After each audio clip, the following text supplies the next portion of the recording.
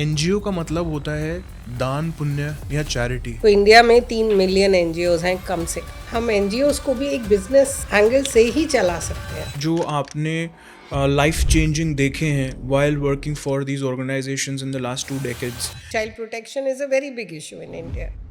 I saw young, very small girls being tortured, very small girls being raped. रात में लड़कियां, young girls, 8 से 15 साल के बीच की लड़कियां किडनैप होती थी और पेरेंट्स को पता था कि वो होंगी किडनैप। आपको लगता है कि बिजली पानी या रेप के अलावा और भी इंफ्रास्ट्रक्चरल जोग्राफिकल प्रॉब्लम्स हैं जो अलग से सॉल्व होने की ज़रूरत है? Unfortunately, I've seen toilets made, but there's no water. 15-20 दिन हो जाते हैं हम नहा नहीं पाते क्योंकि there's no water. गुजरात में जो कॉटन फील्ड्स हैं उसमें nimble fingers चाहिए, so they use children. कई केसेस में लोग टैक्स से बचने के लिए एटीडी डिडक्शंस का मिसयूज़ करते हैं। मिसयूज हर जगह होता है। ATG गवर्नमेंट ने एक सर्टिफिकेशन बनाया है। Government is very good at setting policies, but it is very weak in implementation of the policies.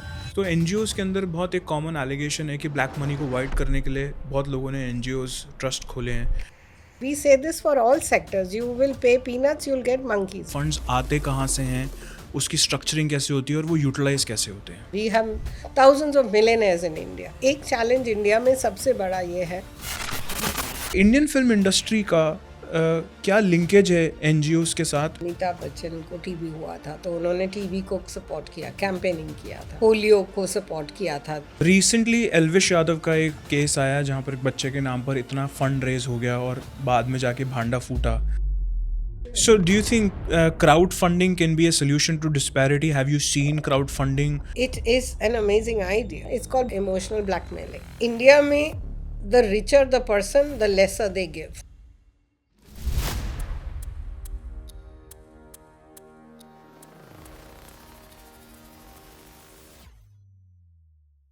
Welcome to the Tanay Tulsani podcast, जहां हम रियल कॉन्वर्जेशंस करते हैं रियल इम्पैक्ट पर। आज हमारे साथ हैं मैडम नीलम माखीजानी, जो डेवलपमेंट सेक्टर में काफ़ी सालों से rural India, sustainability, women empowerment, child welfare और मल्टीपल एरियाज़ में काम कर रही हैं। उनका काम सिर्फ पॉलिसी या पेपर वर्क तक लिमिटेड नहीं है, बल्कि विलेजेस, कम्युनिटीज़ और लोगों की ज़िंदगी से डायरेक्टली जुड़ रहा है। आज की कॉन्वर्जेशन में हम बात करेंगे एनजीओज के रोल पर, फंडिंग और ट्रांसपेरेंसी पर, पॉलिटिक्स और परसेप्शन पर, और सबसे इम्पॉर्टेंट ये कैसे इम्पैक्ट करते हैं लाइव्स को। तो बिना किसी रश के, बिना किसी फिल्टर्स के, चलिए शुरू करते हैं ये ऑनेस्ट कॉन्वर्जेशन। ज़्यादातर एनजीओ का मतलब होता है दान पुण्य या चैरिटी। क्या एनजीओ सिर्फ यही काम करती है? एक्चुअली एनजीओ ये काम नहीं करती है। ये काम जो आप चैरिटी बोलते हैं ना, तो charity is a word to identify the sector. Sometimes it's a non profit sector, तो उसको हम चैरिटी सेक्टर कहते हैं in Europe and outside India. India में एनजीओ सेक्टर को चैरिटी सेक्टर नहीं कहा जाता क्योंकि चैरिटी का कनेक्शन ज़्यादा रहा है पहले से रिलीजियस इंस्टीट्यूशंस के साथ, जहाँ पे लोग जाते हैं तो हम दान पुण्य करते हैं। पर NGO is an institution, a professional institution. तो हम जब एनजीओज में काम करते हैं, we are suppose to be professionals. I am an MBA myself. और आजकल एनजीओज में बहुत ज़्यादा पढ़े लिखे प्रोफेशनल लोग आते हैं। तो आई थिंक वो जो परसेप्शन रहा है ना, टाइम ऑन फॉर डेकेड्स, कि एक एनजीओ का क्या हुआ, थैला लटकाया और ये सब किया, वो गलत है। वो एक्चुअली नहीं ट्रू, बिकॉज आजकल की खासकर नाउ इतना डायनामिक एनवायरनमेंट है, इतनी डिमांड्स हैं लोगों की, इतना प्रॉब्लम है, उसके लिए you need professionals to run the sector. और आजकल जो बड़ी एनजीओज हैं, मीडियम साइज्ड एनजीओज हैं, हम एनजीओज को भी एक बिजनेस एंगल से ही चला सकते हैं। अगर हमें प्रोफेशनली एनजीओज को सस्टेन करना है तो it is like a business, you have to run it like a business, you have to be professional. हमारे भी ऑडिट्स होते हैं, हमारे भी अकाउंट्स बनते हैं, हमारी भी स्ट्रैटेजी बनती है। तो ये जो परसेप्शन है वो गलत है। NGOs are professional organisations that do the work, ground work हो, चाहे रूरल हो चाहे अर्बन हो, but we want to do things जो सस्टेन करें, जो सस्टेनेबिलिटी को आंसर करें। तो these are all very important elements of an organised sector. It is an organised sector. US में या यूके में या यूरोप में और इंडिया में ऑपरेशनल डिफरेंसेस क्या हैं? काफ़ी हैं इन द सेंस कि मैंने तीनों कंट्रीज़ में काम किया है। यूएस में मैं कम चैरिटी सेक्टर में थी, पर यूके में तो मेरा 15 साल ही चैरिटी सेक्टर में गया है। वहाँ पे अगेन वहीं से मैंने सीखा है कि एक एनजीओ को, एक नॉन प्रॉफिट ऑर्गेनाइजेशन को किस तरीके से you run it like a professional organisation, वहीं से मैंने सीखा है। वो जो एक इन्वेस्टमेंट्स होती हैं, हम जब कोई भी बिजनेस स्टार्ट करते हैं, आपको तो ये पता ही है, when you start a business you invest in people, you invest in processes, you invest in systems, you invest in structure. वहाँ पे ये चीज़ें बहुत ज़्यादा ही इम्पॉर्टेंट है। देखिए, make a lot of value, you invest in doing your strategy, you do visioning for your organisation, ये सब इन्वेस्टमेंट्स होती हैं। इंडिया में ये अब धीरे धीरे आ रहा है, इसीलिए जो आपका पहला सवाल था ना, it is relevant because this is how the people generally the public thinks about the NGO sector कि हम सिर्फ चैरिटी करते हैं। We are professional organisations that have been entrusted with public money to change lives. Got it. So how did you enter this industry? By default. And I am so delighted कि now I don't think I can survive in any other industry or sector. So I'm a journalist, professional journalist by profession in the US. And then when I went to UK, when I came back from US to India, तो मैं by default Helpage India में मैंने तो communication role के लिए apply किया था. So that was my first job, was Helpage India, and I became a fundraiser again by default, which I love doing. So मेरा entry into NGO sector was very much an accident, but it has become a part of my life. Why this, from journalism to working in an NGO and that too in fundraising? Why do you say that this is something that what happened by default and this is what you love doing now? You know, in New York, when I got into journalism, was also out of passion. I do a lot of things out of passion. Money can be important, but not the leading part of my decision making. So even as a journalist, I was working for campaigns for Kashmir, for example. So I've always been doing things that have a meaning, and they're meaningful and purposeful, with something to achieve at the end of it. So NGO sector gives me that gratification. It gives me a lot of meaning, and it gives me the pleasure. So for example, last week मैं अपना project, I'm with Suvidha now, which is a very amazing organization. I joined them recently. It works in climate mitigation, agriculture, and women livelihood primarily. And I went for a project visit in Derabasi last week. Amazing work. So what I get out of it is when I go to the communities and I see the women and I see the children and I see the people whose lives have been improved, not changed, I can't say that, but we do improve lives and we do impact them in a way that they see a better future for themselves and the communities. That is important for me, and that what makes me happy. It makes me happy to do this.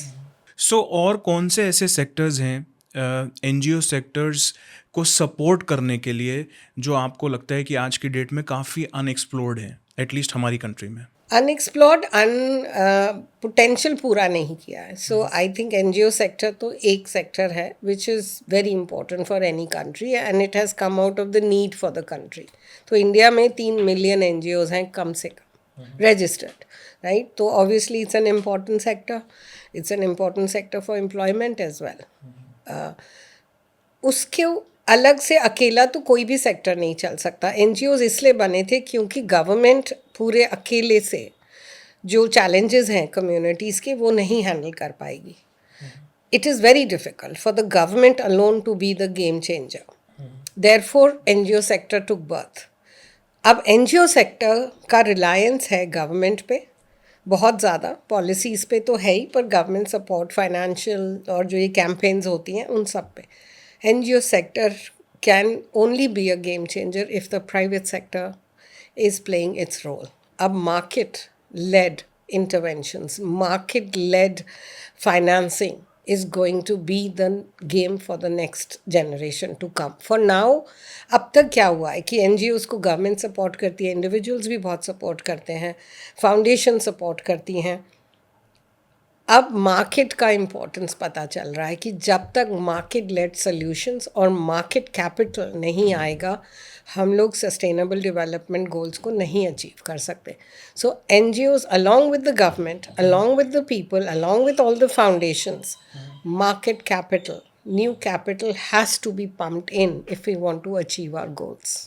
तो आप तकरीबन 2 decades से NGO sector में काम कर रहे हैं, तो आपने सरकार का और NGO सेक्टर का प्रॉपर इवोल्यूशन किस तरीके से देखा है? एवोल्यूशन NGOs का तो बहुत ज़्यादा हुआ है, बिकॉज एनवायरनमेंट के ऊपर डिपेंडेंट है, तो बहुत बदला है दोनों तरफ से. एक तरफ से कम्युनिटी की नीड्स बहुत बदल गई हैं. आज जब मैं 20 साल पहले हेल्पेज में थी और हम कम्युनिटी में जाते थे, तो जो नीड्स होती थी तब ओल्डर पीपल की, फिर मैंने चाइल्ड फंड में काम किया, तो जो यूथ की नीड्स होती थी वो बहुत ज़्यादा चेंज हुई हैं. And you know this, like today's young person, when even I was growing up, I did not have the same, neither did I have the same demand or the supply. अब because environment इतना बदल गया है, तो आज की community की demands भी बहुत बढ़ गई हैं, and they know what they want. The best thing is, चाहे कितनी भी कम्युनिटी वनरेबल है, they know what they want. So NGOs have to evolve with that. And we have, as an organization, I can tell you, Suvidha is a front runner in this. 2004 and में जब सुविधा setup हुआ था तो agriculture में बहुत काम करता था. 2012 में जब climate change was just a dialogue, not even a dialogue, Suvidha ने पहला प्रोजेक्ट किया क्लाइमेट चेंज पे. तो unless you are a front runner and you think ahead and you think of the future, you will be left behind. तो community needs इतनी बढ़ गई हैं कि NGOs also have to sharpen their game, which is why the government has to also stay in pace with it. तो government ने बहुत campaigns चलाई हैं, बहुत policies हैं, but obviously government का movement बहुत restrictive होता है just because of the bureaucracy around it, the systems and processes around it. उसका कारण क्या है? Government is very good at setting policies, but it is very weak in implementation of the policies. And उसका कारण यही है, उनके bureaucratic channels हैं, उनके गवर्नमेंट से फंडिंग लेना, डालना, निकालना बहुत ही मुश्किल है. It is very difficult. It's a white elephant. And is this global or this happens primarily in India? More so in India. More so in India.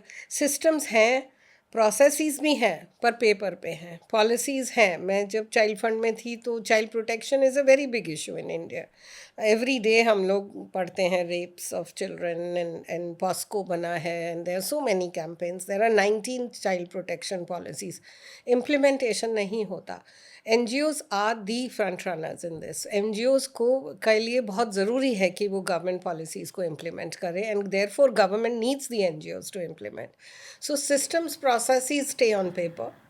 They don't get implemented as much as they should, and therefore the community kind of lags behind in all the benefits that they should get. However, NGOs के साथ मिलके government ने अभी बहुत progress किया है.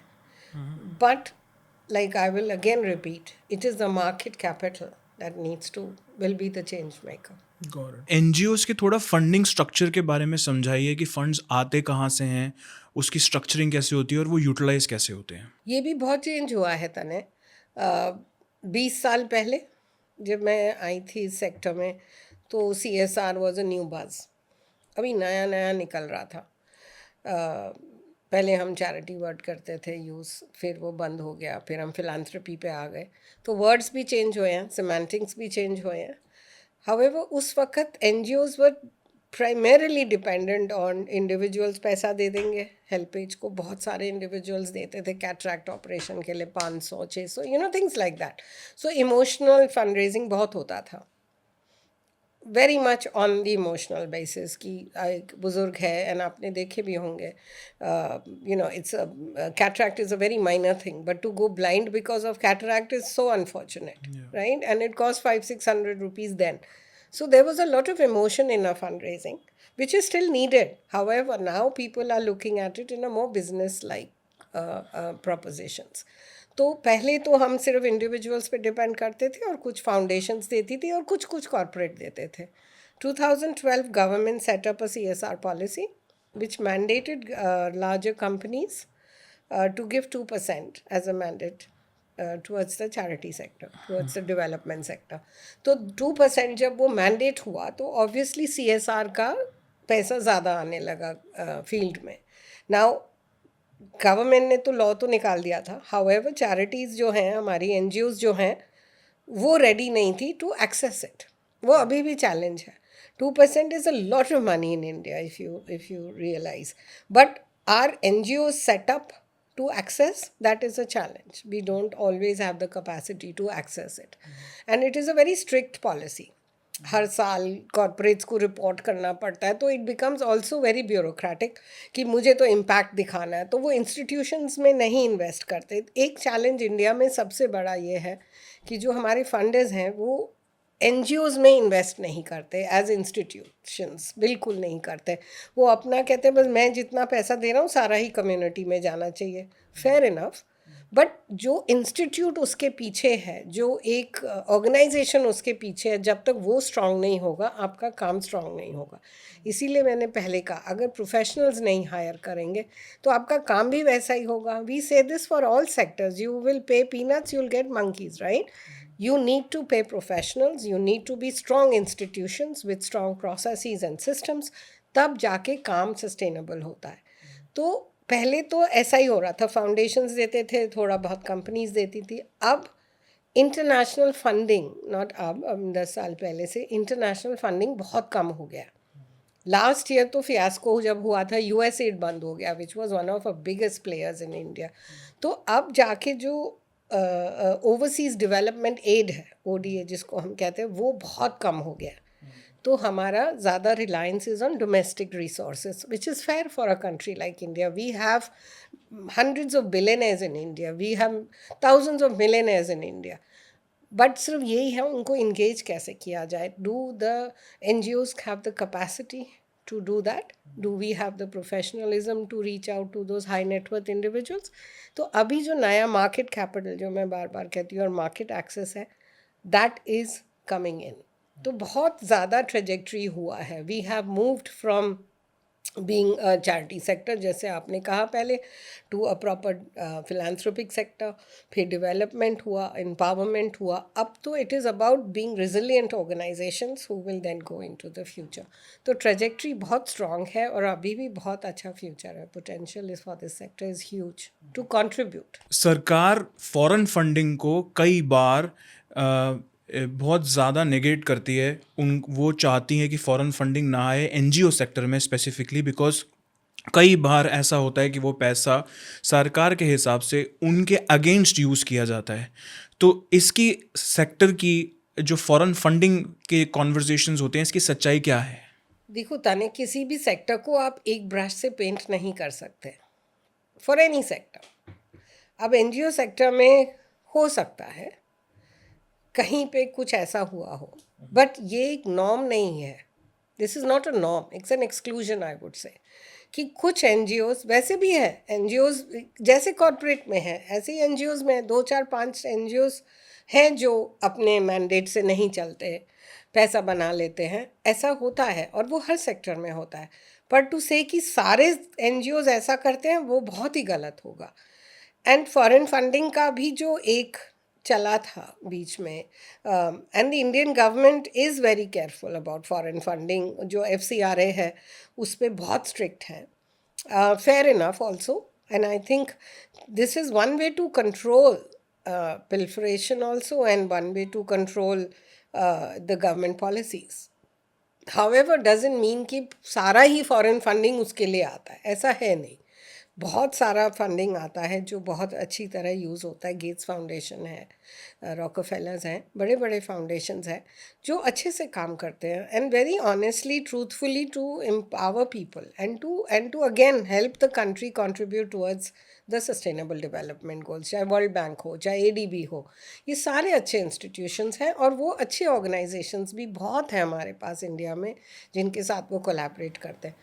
2-4 गलत examples को नॉर्म नहीं बनाना चाहिए। और क्या यूएस में या यूरोप में जो फॉरेन फंडिंग आती है तो उस पर कितना बैलेंस क्रिएट किया जाता है, वो लोग एक्सेप्ट करते हैं कि नहीं करते, उनके cultural differences in accepting foreign funding है कि वो उनको सेल्फ सफिशिएंट पैसा है जो वो वर्ल्ड के लिए भी खर्च करते हैं और अपने लिए भी खर्च करते हैं? बाहर जनरली सेल्फ सफिशिएंट है। यूएस को बहुत कम ऐसा होता है कि नॉन प्रॉफिट सेक्टर को बाहर से पैसा आता है, अनलाइकली। वो डोमेस्टिक में ही चलते हैं। वहाँ की governments are better set up to support the NGO sector, that is the difference. See India, Structurally. हाँ, structurally, processes wise, in every sense of the way India में पैसा बहुत है. The gap is being account transparent on how it is spent, and the gap is therefore being accountable. तो burden दोनों तरफ से है, लेने वाले पे भी है, एनजीओस पे भी है, और जो देते हैं उन पे भी है. हमारे एनजीओ सेक्टर का भी गैप है. हम इतने पैशनेट लोग हैं ना, हम जाते हैं कम्युनिटी देखते हैं. If I see a woman who needs help, हम लोग पैशन में बहुत काम करते हैं, राइट. सो हमारे ऊपर भी बहुत बर्डन होता है कि हम एविडेंस दिखाएं कि हमने क्या चेंज किया, पैसे कैसे खर्चा किया. So we also need to invest in a transparency and accountability systems and processes, right. As an NGO I have that as my deliverable, right. And same is for the other sectors. तो दोनों तरफ से अगर ये clarity हो ना कि transparent होना है और अकाउंटेबल होना है, and how I must invest in making sure कि I communicate what I do, उससे ये बहुत सारे प्रॉब्लम सॉल्व होते हैं. एनजीओ सेक्टर भी इसमें गैप है. और वही मैं कह रही थी कि बहुत सारे डोनर्स हैं, स्पेशली सीएसआर, जो सिर्फ काम के लिए फंड करना चाहते हैं, नॉट इन द ऑर्गेनाइजेशन. तो ये सब ज़रूरी होता है ना कि अगर आप और बाहर ये सब नहीं होता ऐसे. यूएसएडी ले लीजिए, यहाँ जो अमेरिकन फाउंडेशंस थी, और जब मैंने यूएस में और यूके में काम किया, हम लोगों को 15-20% मिलता था ऑपरेशनल कॉस्ट, क्योंकि वो जानते हैं और वो उस बात को मानते हैं कि ऑर्गेनाइजेशन भी स्ट्रांग होना चाहिए. हम लोग को ये पर्सनल लाइफ के साथ कनेक्ट करिए. बच्चे तब स्ट्रांग होते हैं जब फैमिली स्ट्रांग होती है, फैमिली तब स्ट्रांग होती है जब घर स्ट्रांग होता है, फाउंडेशन स्ट्रांग होता है. तो वही इट्स सेम एनालॉजी अप्लाई होता है ऑर्गेनाइजेशंस के साथ. तो investment in organisations is very very important. So कुछ थोड़े केसेस हमें बताएं जो आपने लाइफ चेंजिंग देखे हैं while working for these organisations in the last 2 decades. और मैं जानना चाहूँगा हर तरीके के स्फेयर में, ना सिर्फ बच्चों के लिए, बुज़ुर्गों के लिए या चाइल्ड एजुकेशन के लिए, बट जैसे आपने इतने मल्टीपल एंगल से एनजीओ सेक्टर में काम किया है, तो आप कुछ हमें केसेस बताएं जो दिल दहलाने वाले भी हैं और उनको आपने सॉल्व कैसे किया. सी केसेस ये डे टू डे होते थे. तो जब मैं हेल्पेज में थी फॉर एग्जांपल, तो मैं तब यूके से यूएस से वापस आई थी. तो जब मैंने इंडिया छोड़ा था, आई वॉज प्रीटी यंग. तो मेरा भी परसेप्शन था कि हम लोग अपने बुज़ुर्गों का ख्याल रखते हैं, you know, we look after our elderly, we have a certain value system, right. तो जब मैं वापस आई एंड आई जॉइंड हेल्पेज, और हेल्पेज तो बुज़ुर्गों के साथ ही करता है. So there were many cases, और मैं रीजनल डायरेक्टर थी, I was based in Bombay. तो जो हमें कॉल्स आती थी, हमारा एक हेल्पलाइन होता था जिस पे older people were allowed to call अगर उनके साथ कुछ गलत हो रहा है. तो पहले मेरा जो परसेप्शन था, मुझे ऐसा लगता था उनके साथ कोई बाहर वाला कुछ गलत करेगा. होता है किसी बाहर वाले ने चीट किया है तो उसकी कॉल्स आएंगी. But I was pleasantly, not pleasantly rather, but I was shocked कि जो कॉल्स आती थी वो ओल्डर पीपल अपने बच्चों के टॉर्चर की कॉल्स आती थी. तो ऐसे कई दिन निकले थे where I would be in tears. जब अब एक ओल्डर कपल है, वो कॉल करके बोलता है कि मेरी वाइफ को कैंसर है, उसको मॉर्फिन चाहिए. सो एवरी टाइम उसको मॉर्फिन के लिए उसका बेटा उसे एक एफडी साइन कराता था. There were many cases. तो मेरे लिए तो एक वो अभी भी मुझे गूज़बम्स होते हैं. मेरे लिए वो कल्चरल शॉक था कि हम कैसे अपने पेरेंट्स को ऐसे कर सकते हैं. एक बहुत ही वेल्थी आदमी जो कि दिल्ली के वसंत विहार में रहते थे, हम लोग ओल्ड एज होम्स को सपोर्ट करते थे और मैं वहाँ गई थी. He was one of the richest persons from that area and he was living in a free old age home. उसके बेटे ने उसका सब. तो ऐसे इतने केसेस होते थे कि it was very difficult for me personally to absorb it, but even now it hurts. And same was when I was with children. I mean बच्चे जो कि मेरे को तो अपने फादर की बात याद आती है हर बार जब मैं बच्चों को देखती हूँ. बच्चे मन के सच्चे गाते थे. जब मेरी मदर मुझे डांटती थी तो वो कहते थे क्यों डांट रही हो, बच्चे मन के सच्चे करके, तो वो उनको इमोशनल करते थे कि. And then I saw young, very small girls being tortured, very small girls being raped. I उसके mean, बारे में थोड़ा बताएं कुछ एक्सपीरियंसेस. बताने में ही मुश्किल हो रहा है. So if you can think my ears are turning red. But you see young, अब ये आई मीन ये अब्यूज़ को छोड़ के भी, अब एक बार मैं राजस्थान गई थी. हमारे वहाँ प्रोजेक्ट्स थे उदयपुर के बाहर रूरल एरियाज़ में. तो हम लोग स्कूल, एक छोटे कमरे आंगनवाड़ीज़ होते हैं गवर्नमेंट के, पर वो चल नहीं रहे थे. तो हमने उनको थोड़ा सा ठीक किया था. और हम वहाँ पे बच्चों को लाकर बिठाते थे दिन में कि 2 घंटे ही सही, पर खाना पीना पानी वटेवर तो वो मिलता था. तो बच्चे थे बहुत सारे छोटे. तब मैं अगेन प्रोजेक्ट विजिट में गई थी.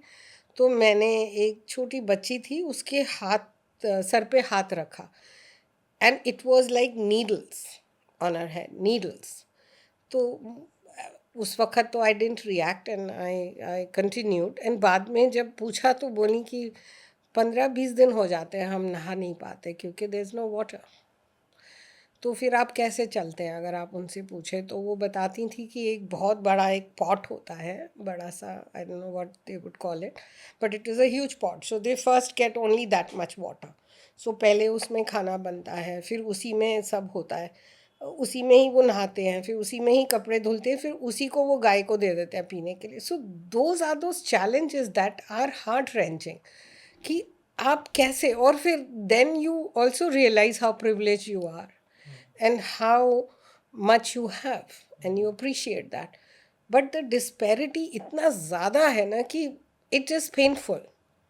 So this is also why I would want to continue in this sector, because you feel you can maybe do a little bit. You can maybe move a small needle for somebody, and that is why I am in this sector. अब भी वो हैं situations better. अब ये थोड़ी पुरानी है, 5-7 साल पुरानी बातें भी हैं. अब मैं जैसे गई प्रोजेक्ट विजिट में अपने, मैं एक बार गई उत्तराखंड गई थी. People are better off, like I said, उनके पास है थोड़ा, समझदार भी हैं लोग, एक्सेस भी हो गया है थोड़ा बहुत पानी का और बिजली का गांव में.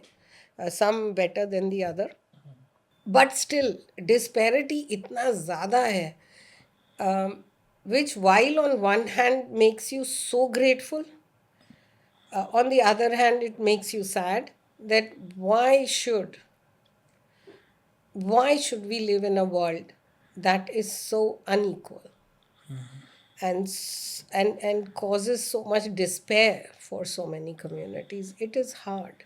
It is very hard, but I still feel I want to stick around so I can move the needle a bit. आपने कश्मीर में क्या क्या एक्सपीरियंसेस किए?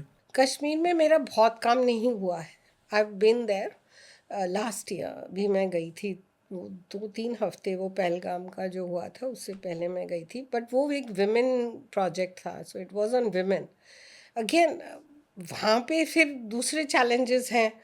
The choice, the options to make choices वो कम है वहाँ पे. फिर ये सब प्रॉब्लम्स नहीं है जो पानी का और things like that. The choices is suppression of what a woman wants. I believe, and as a woman, I believe I must have an agency for myself. I must have. हम लोग ऐसे ही बड़े हुए हैं कि we've been given the choices. We've been very lucky to have the options and choices. But when you see women who are educated and still don't have enough choices, that I feel is serious criminal, in the sense of saying I can do something more, and why am I not allowed to do? Because of social pressures, which I think is something that women are pulling up their socks on and making that noise. Infrastructurally क्या आपने south India, waste India, north India और east India के problems अलग अलग देखे हैं कि आपको लगता है कि बिजली पानी या रेप के अलावा और भी इंफ्रास्ट्रक्चरल जोग्राफिकल प्रॉब्लम्स हैं जो अलग से सॉल्व होने की ज़रूरत है? बहुत, इंडिया का हर स्टेट एक कंट्री है, लैंग्वेज तो फर्क है ही, ड्रेसअप है, खाना भी है. Every state is a country in itself. So आप किसी भी दो को, आप महाराष्ट्र को भी, just in the west, you can't compare it with Rajasthan, you can't compare it with Jharkhand or Chhattisgarh. You cannot. So every state has its own pros and cons. East used to be the neglected part of India. Everyone said that. जब मैंने NGO sector join किया तो everyone felt कि East जैसे ऐसे लगता है जैसे East is not part of the India. That we live and that you and I live and Delhi's and the Bombays and I still call it Bombay. I've spent half my life there. Calcutta. I mean, those are different, right? Then suddenly East and Assam and Meghalaya को तो हम बात भी नहीं करते थे. तो first state in the East that got attention was Orissa. And there was a lot of money that went in also. Now it's Assam and Meghalaya and Arunachal Pradesh and all are getting. Every state is different. But ऐसा कोई state नहीं है. अब हमारे, I've done a lot of work in Madhya Pradesh. Again, आप इंदौर भोपाल से निकल के देखिए, पब्लिक हेल्थ सेक्टर वहाँ पे बहुत ही वीक है. स्कूल्स, टीचर है तो और कुछ नहीं है, स्ट्रक्चर नहीं है, स्ट्रक्चर है तो टीचर ही नहीं है. और हम लोग, we use to spend so much time going door to door telling women, अपनी बेटी को स्कूल भेज दो, बच्ची को स्कूल भेज दो, बच्ची को स्कूल भेज दो. तो फिर 2-4 बार के बाद जब हम जाते, वो कहती क्या करूं भेज के, तो टीचर तो है नहीं, कोई नहीं आता, तो इससे तो फिर वो घर में खेत में जाके काम कर ले. And that's where then all the problem starts, right? So मैंने सबसे पहले एक पोस्टर देखा था जब मैं ऑक्सफैम में काम करती थी, कि एक बच्ची का पोस्टर था जिसके सर पे ईंटें थी. And the byline was, the head could be used better. Very impressive, very much telling where the challenge is. Even now, मैंने कैलकाटा में एक प्रोजेक्ट किया था, फिर मैंने ही उसको बंद किया फंड करने के बाद, ब्रिक लेन्स में. कारण? क्योंकि वो ब्रिक लेन जो है वो ईंटें बनाते हैं, तो वहाँ पे चाइल्ड लेबर हो ही जाता है, क्योंकि वो ब्रिक्स को सुबह उठ के उल्टा करना पड़ता है. ऐसे ही गुजरात में जो कॉटन फील्ड्स हैं उसमें निम्बल फिंगर्स चाहिए. So they use children. And when I saw that was the case, I close that project, because वो तो चाइल्ड लेबर होता है. I can not as a development sector person, and also as child fund and as child protection, you cannot use children. What was the most difficult project that you had to handle where infrastructurally everything was fine, you had the funds, but आपको बहुत ज़्यादा bureaucracy से लड़ना पड़ा या आपको बहुत ज़्यादा लोकल क्रिमिनल से लड़ना पड़ा उस प्रॉब्लम को सॉल्व करने के लिए? लोकल क्रिमिनल्स नहीं कह सकते. Brick Lane was one example. वो भी एक बहुत बड़ा, I use a loose word for it, mafia है. So you can't fight it. You can only say मैं नहीं करूँगी ये project, and you hope that others will not. There was another project I have done in Firozabad, bangle industry near Agra.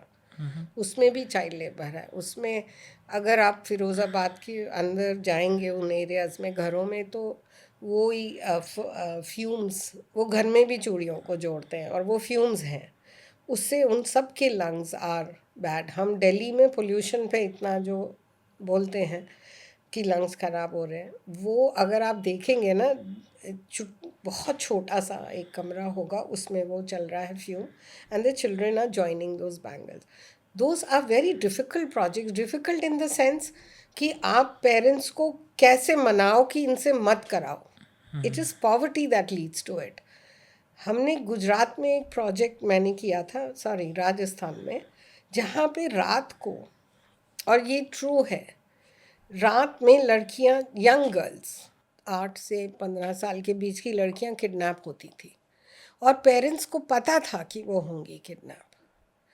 अब आप उनको कैसे रोकें, क्योंकि poverty is the root cause. किस कारण किडनैप होती थी? वो किडनैप होके दूसरे स्टेट ले जाते थे ना उनसे काम, child labour, okay. and of course then their whole exploitation. But child labour के लिए लड़कियां, वो बच्चियां किडनैप होती थी रात को, और सबको पता था कि होंगी, but parents were so helpless. कौन पेरेंट चाहता है, कौन माँ चाहती है कि उसकी बेटी किडनैप हो, जबकि पता भी है कि अब वो एक्सप्लॉइट ही होंगी, बट वो नहीं रोक पाते थे। हम लोगों को इतना मुश्किल होता था उस कम्युनिटी को समझाना। Then when we understood the root cause, हमने एक तो गांव वालों को ही पुलिस की ट्रेनिंग दिलवाई, जैसे पुलिस बनवाया कि you have to stop it. फिर हमने उनके पेरेंट्स को, बच्चियों के पेरेंट्स को लाइवलीहुड ऑप्शंस दिए। So you have to address the root cause, not the symptoms of it. जब हम रूट कॉज को एड्रेस नहीं करते ना, तो कुछ चेंज नहीं होता फॉर लॉन्ग टर्म। तो जब हमने समझा कि मतलब you have to be so humanly dead to understand why this is happening. It is natural because they don't have the money. They don't even have the money to feed that child. So might as well. You know, that was the logic. And it's scary to hear such things in this day and age. So we did two things. We gave livelihood options to the parents so that they will protect the child. But then because वो एक बन गया था, In the same geography? same. And because now those people had found these young girls to exploit, you can't stop them. This is hard. It's hard. So we did train the cops also. Police का हमने SOP बनाया कैसे करना चाहिए, but हमने फिर गांव वालों को training the that you have to stand up for your children. So you know, you have to have a a kind of lateral approach. You have to engage the communities, the fathers, the mothers, the panchayat, the गांव के leaders. You have to work with everyone and the police to see that things change. It is so difficult. NGO का काम बहुत मुश्किल है. But that's exactly why I feel, you know, that people need to understand it's not about going to a school and giving a school bag. That's nothing. That's like a input कि चलो. But that is not what changes lives. So if we want to, like what Suvidha does, we work in communities to help with even soil fertility. अब इतना अभी India में कितना हमारा consumption है, right? So how do we produce food? अब organic का trend चल गया, but is it organic? But we do that a lot. So we give them the training. You go to give them the raw material, the tools, the trainings, and then see that change happen. So वो investment करना, and it takes time. It takes time. So I think that is what people must have, is faith and patience, and also wait to see the results and invest in the organizations. So a lot of farmers are migrating from rural areas to urban areas because farming has not been sustainable for them. उनसे हो ही नहीं पा रहा है. तो उसका कारण, primary कारण क्या है? इसका कारण बहुत सारे हैं. कुछ टेक्निकल भी हैं जो मुझे बहुत थोड़ा पता है. सुविधा इस पे बहुत काम कर रहा है. सो फार्मर्स का पहले जो मैंने समझा है, इट वॉज कि वो लोग एक ही क्रॉप करते थे. You know, it was just one crop. तो फिर जब उसका टर्न आएगा, लाइक पैडी है, वो सीजनल है, wheat is seasonal, so they use to do only one crop. तो बीच में आ जाते हैं. अब हमारे यहाँ जितना भी लेबर आता है बिहार, यूपी एंड पंजाब से, is because they were not aware कि they can do multi cropping, you know, soil fertility, soil erosion, सबको देखकर चैलेंजेस वहीं थे कि दे फेल्ट कि उनका, क्योंकि वो सीजनल ही इनकम है, तो वो कैसे चलेंगे. तो वो माइग्रेट आते हैं, अर्बन आते हैं to do other jobs. Then they go back जब वो होता है, फिर आते हैं, फिर जाते हैं. तो सस्टेनेबल तो नहीं हुआ. And then they are not with their families. You see, some bring their whole family, some don't, and then children lose school, and then there's exploitation. there बहुत सारे फिर उसके आ जाते हैं manifestations. Organizations like mine and many others are now working with farmers to show them that agriculture is a sustainable profession, and not just profession, it is sustainable in its way that actually they are the ones who are providing us sustainability in that sense. You know, they give us the food that we eat, they give us the crops that we need. So वही education का है. Of course, water, a lot of farmers still are depending only on rain. And with climate change, rain is so unpredictable, as we see it in Delhi as well. So those are challenges that still exist. Now, if they are given enough investments that they can, have access to water, and even the groundwater is reducing, तो वो सब बहुत सारे challenges हो रहे हैं in the last decade or so. The government has to invest a lot more in terms of giving access to farmers, which it is. Last week, I heard of so many facilities that the government is giving to farmers in Punjab. बहुत सारी facilities हैं, seeds भी मिलते हैं. There's so many incentives that the government is now giving because government has realized the consumption in India is far more. And therefore, these guys need to stay back and do agriculture. So I met many farmers in my visits. The younger generation is still migrating a lot, but at least the generation one before is staying back and doing the farming. The younger generation must see value in doing this, must see sustainability, and therefore the government will have to do more. The private sector will have to do more, and of course the NGOs will play their part. But agriculture is what will make a country sustainable and richer. And we export a lot as well. But again, the quality is deteriorating. There was a need at some point जब हमारे को government ने urea दिया, and then of course the pesticides, and all this is still happening. Now, how do we control that? There has to be incentives for that. And therefore, if the young person sees value in it and he sees it that he can do it in a more professional way, they will stay back. And it's not like migrating to urban is hunky-dory. It's not. It's very difficult life these people lead. They live on very small earnings, then they send back money, and then, and they're, of course, separated from their family, which is not the best situation, right? So I think it is for us and the government and the other sectors all to unite to show the farmers and the younger generation there's value in staying back. Now, everyone doesn't want to be a farmer. Fair enough, we all have ambitions in different areas. Can we create those livelihood opportunities for them while they are back home? Agriculture is just one.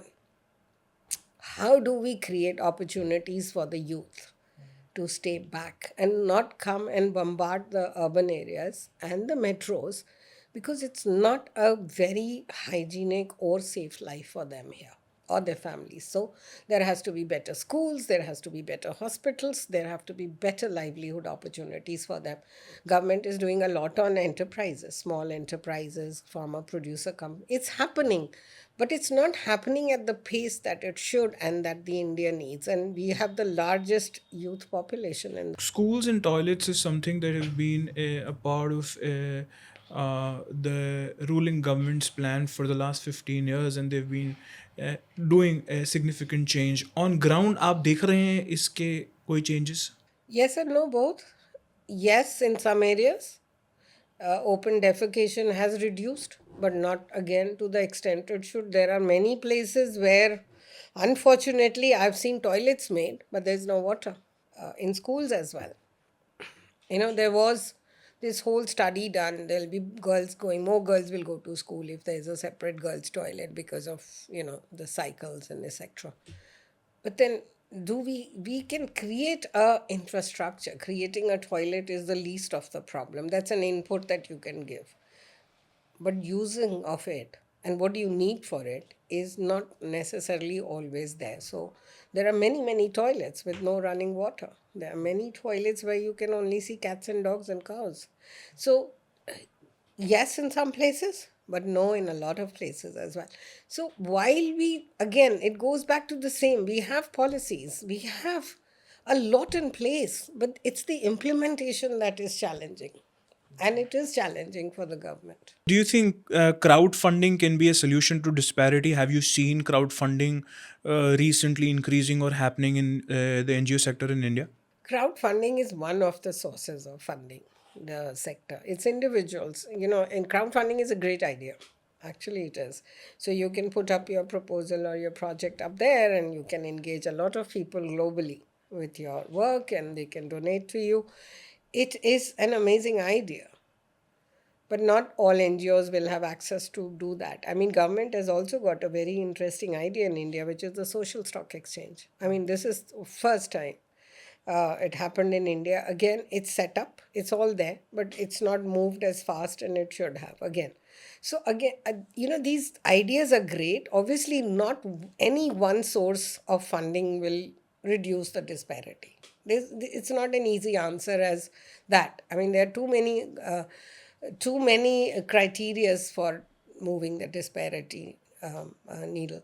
So funding is just one of them. Of course, then the other institutions behind us, etc. So crowdfunding alone, or not one, even the government alone funding cannot take out the disparity. So we all have to get together to do it. However, I still endorse crowdfunding is a brilliant idea. Recently Elvish Yadav का एक case आया जहाँ पर एक बच्चे के नाम पर इतना फंड रेज हो गया और बाद में जाके भांडा फूटा।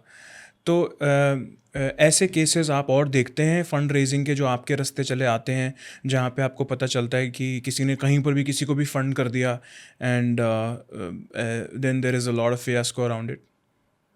श्योर, इसी अगेन इसका सारा डिपेंडेंसी है, क्योंकि हम लोग बहुत इमोशनल हैं, specially Asians, we give on emotion. So अगर आप थोड़े से भी और स्टेटिस्टिक्स देखेंगे, और ये सब इंडिया में नहीं है, यूएस में भी है, यूरोप में भी है, 70-80% of the money we give is to religious institutions, right, and less to organised non profit sector. और ये सिर्फ इसलिए है क्योंकि हमारा इमोशन है. हमें भी लगता है हम मंदिर जाएंगे, पैसे करेंगे तो शायद God will be pleased, right. So ये जो केस है, it is also in line with the emotion that this person has been able to evoke, कि मतलब बच्चे का है. और ये हमारे जो स्ट्रीट बेगिंग है, जो कि बहुत ही ख़राब है, बच्चों को यूज़ करके होती है, वो भी उसी एंगल में है. Now only the scale is different. So you are making people emotional. It's called emotional blackmailing, right? So I think this case is of that.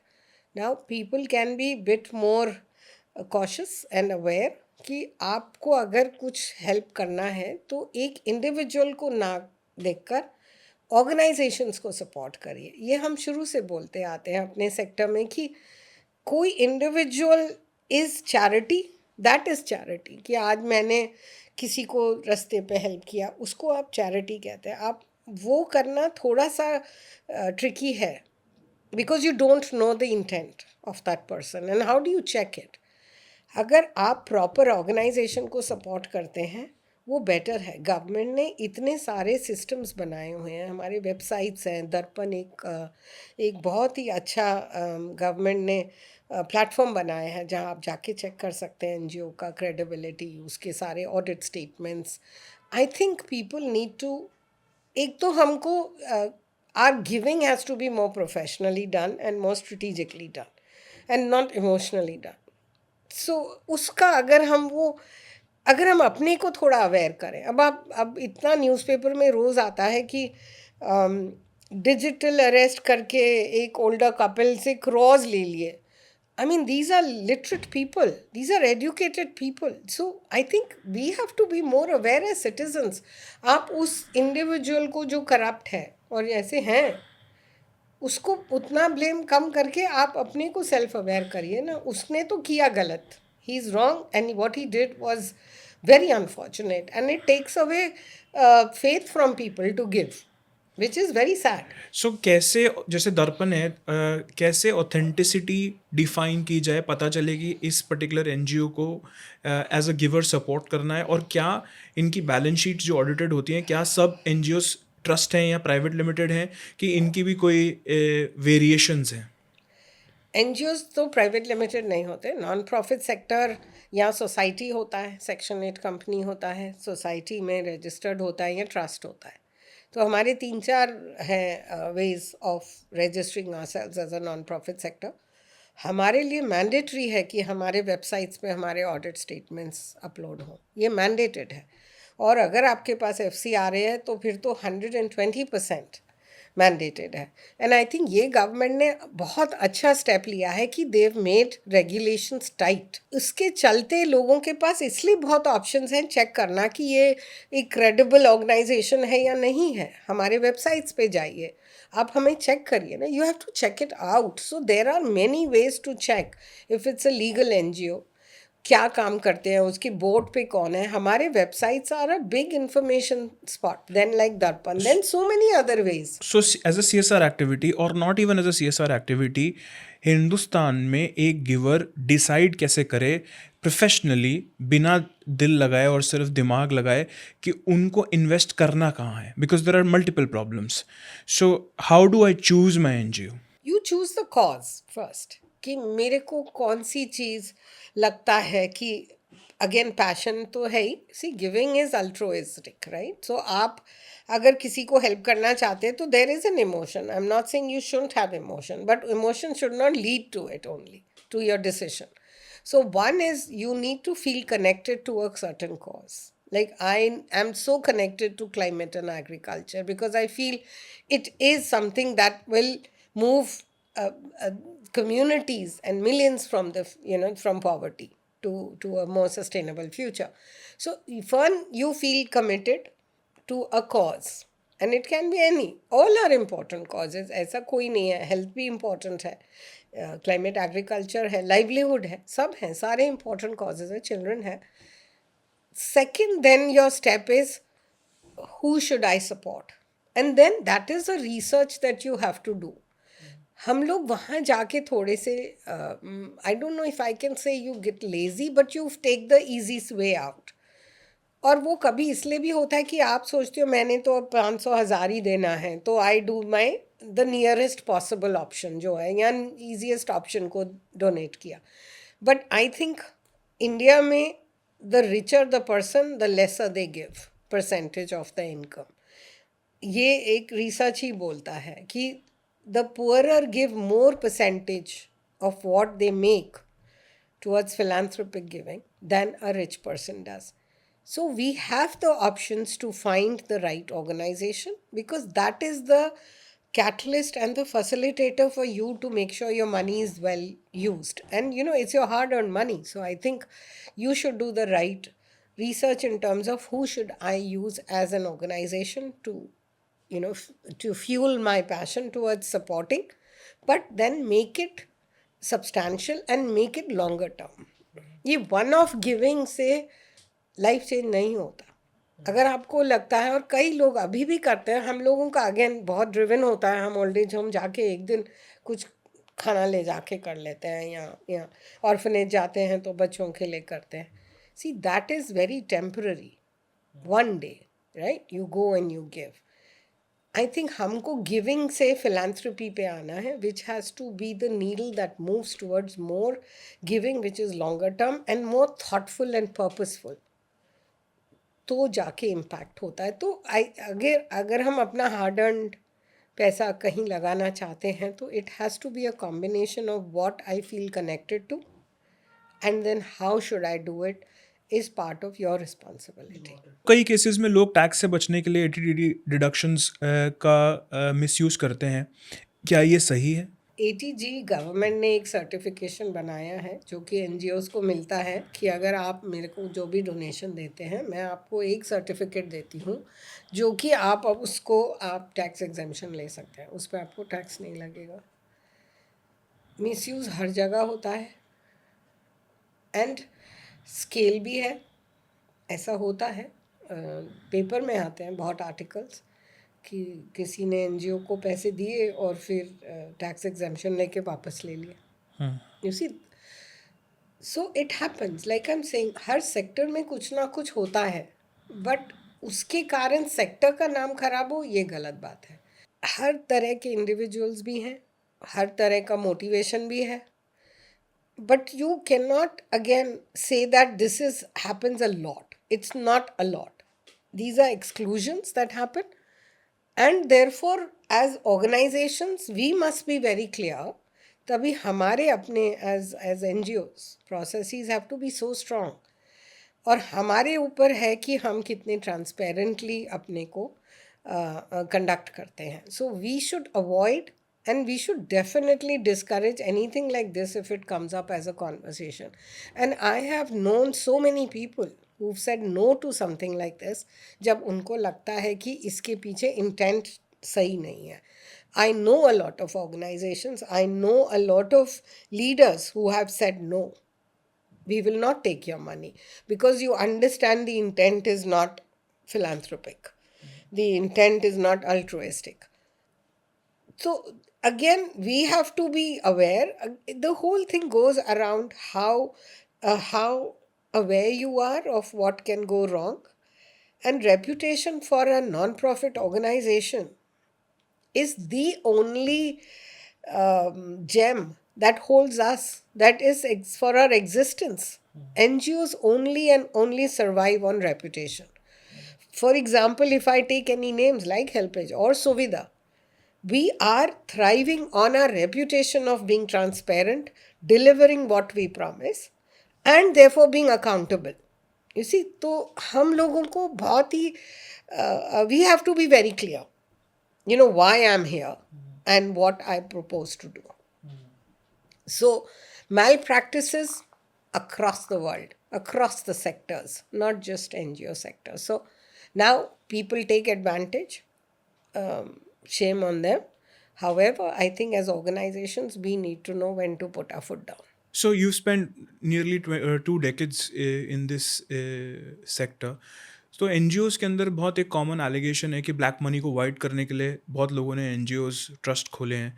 तो क्या ये आपने देखा है, क्या सच होते हुए देखा है आपने? देखा नहीं है, सुना है. Again, it is the same as your previous question. I think her sector में 2, 4, 5 ऐसी ऑर्गेनाइजेशंस होती हैं जो जिनका पर्पस ही गलत होता है, इंटेंट ही गलत होता है. तो मैं ये नहीं कहूँगी कि कोई भी नहीं होता. And we've got millions of NGOs in India, we've got hundreds and thousands of corporates in India.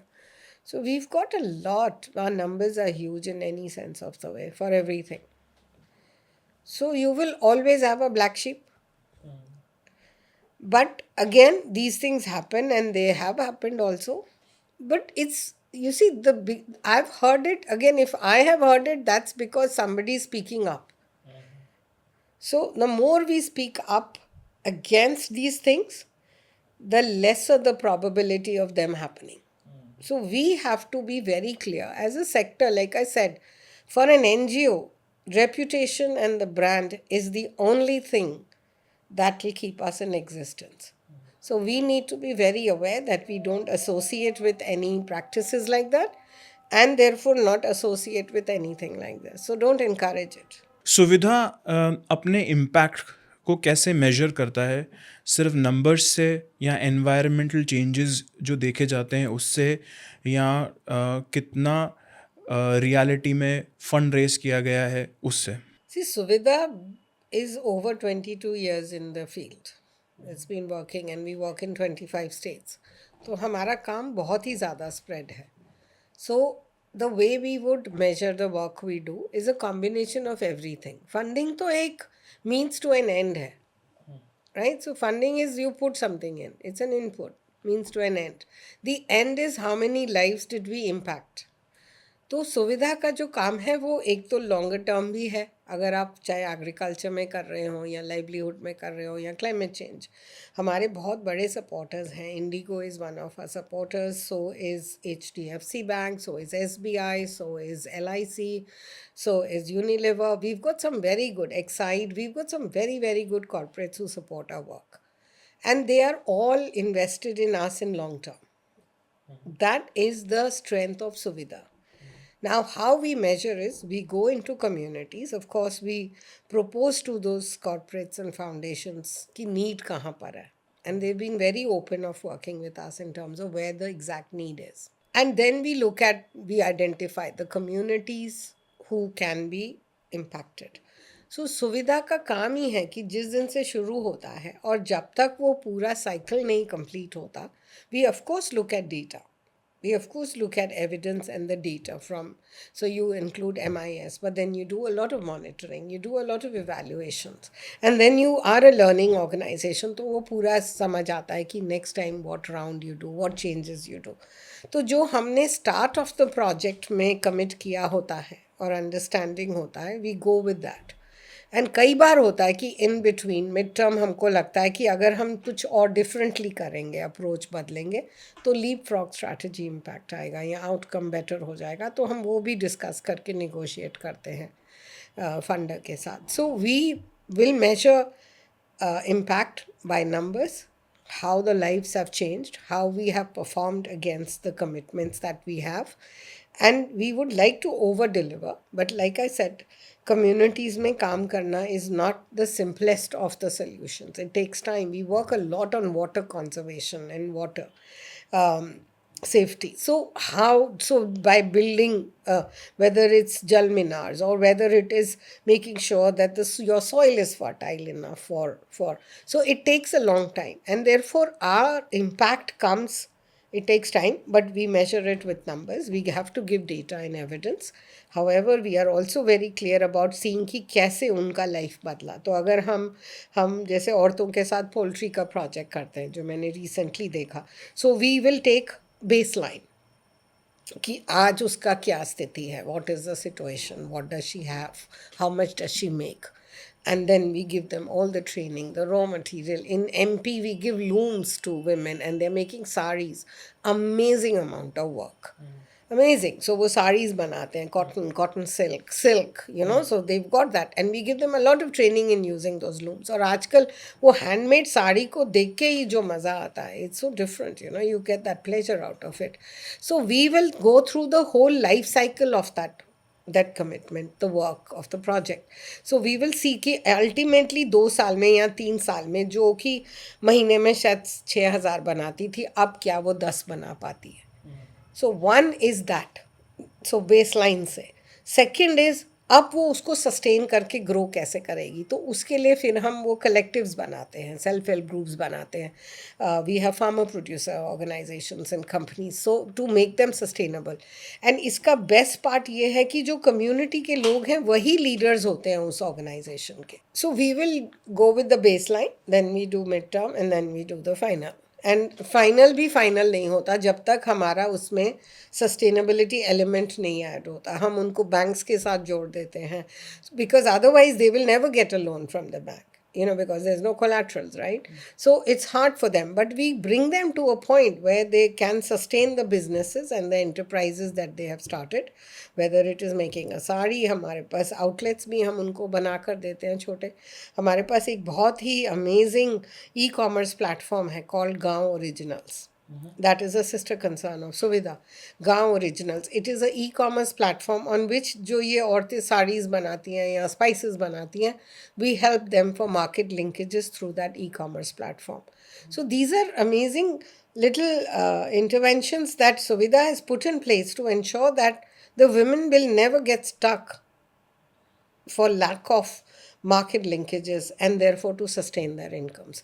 तो आप इंडिकेटर सारे ही देखते हैं, और अगर एग्रीकल्चर है तो आप देखते हैं कि उसका खेती से कितना सॉइल फर्टाइल हुआ, वाटर कंजर्वेशन कितना हुआ, कितना उसने ज़्यादा कमाया because of doing multiple farming processes and practices. So again, you look at each intervention on a very regular basis. So you measure the outcomes over a long period of time. Sorry. So India में बहुत सारे celebrities, specifically south India में तो उनको पूजा जाता है, और north India में स्पेसिफिक फेवरेट्स हैं जो बॉलीवुड में काम करते हैं.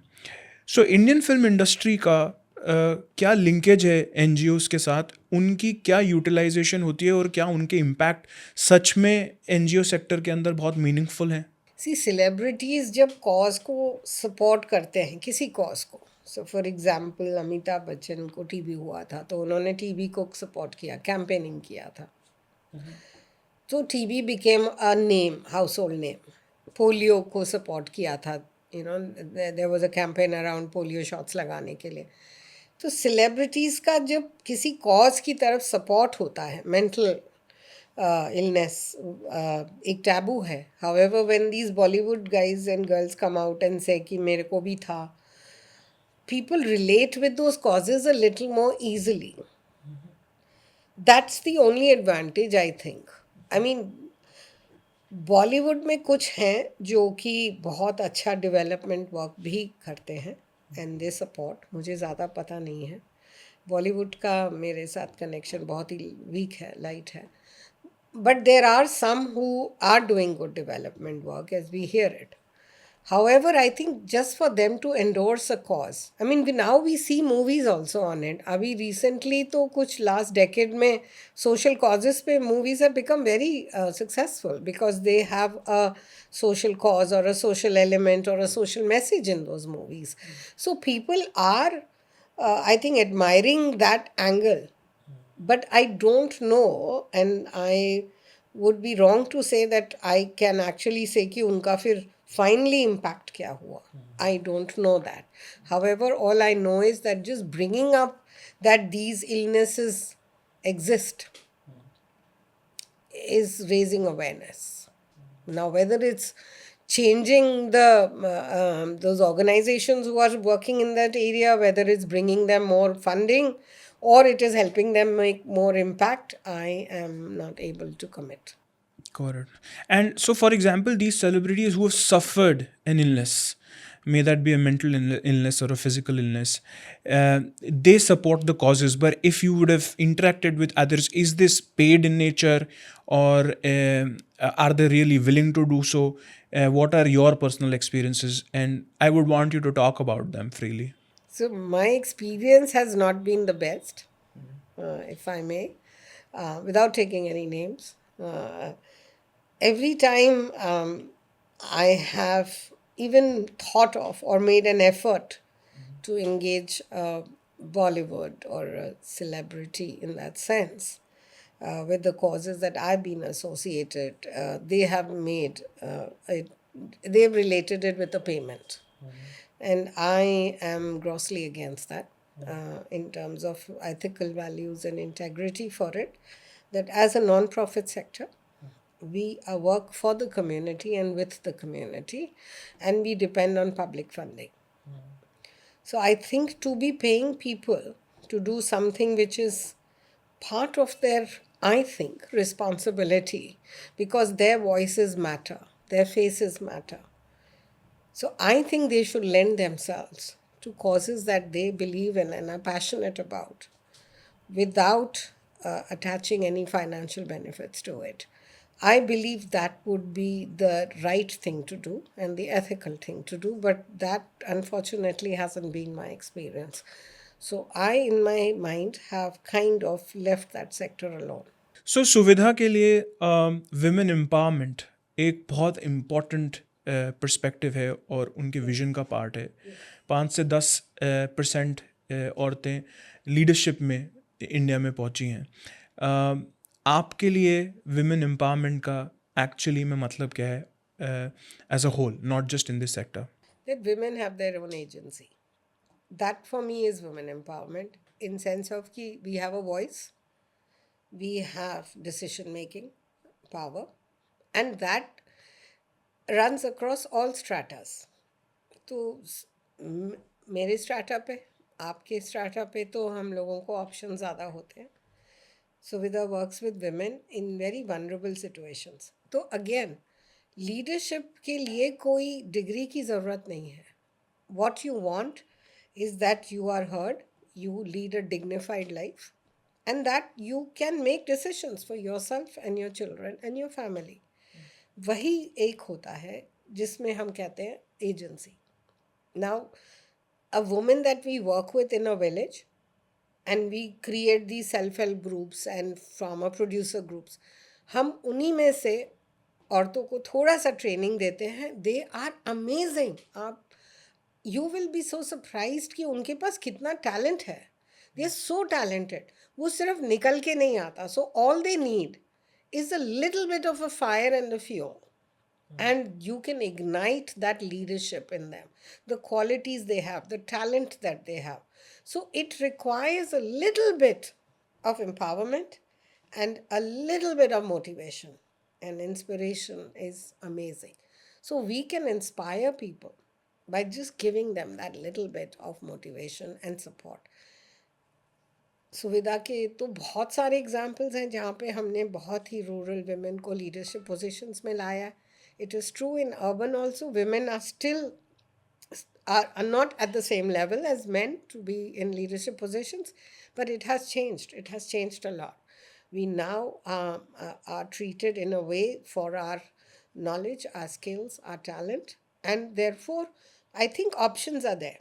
अब सिर्फ वो थोड़ा सा इग्नाइट करना है, थोड़ा सा सपोर्ट, थोड़ा सा इंथ्यूजियाज्म डालना है. And I think it is all about self belief. And the girls of today, this what do you call them, Gen Z, I think they are very smart. They are running faster than what took us 10 years, probably take them too.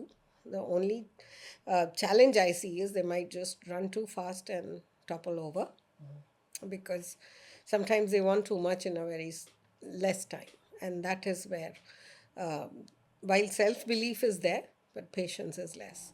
So to reach any position of leadership, it's taken me 2 decades and longer to be where I am today. And I think it has taken a lot of resilience, a lot of course, hard work and skills and talent.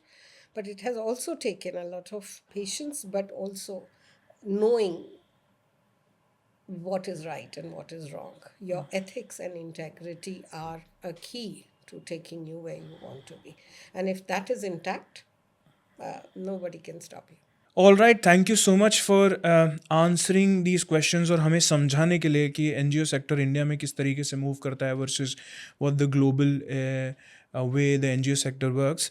But we are still not done. We are grateful, but before we end the show और we end the talk, हमारा एक rapid fire round होता है जो हमारे show की प्रथा है, जिसके अगेंस्ट आपको एक हैम्पर भी मिलेगा.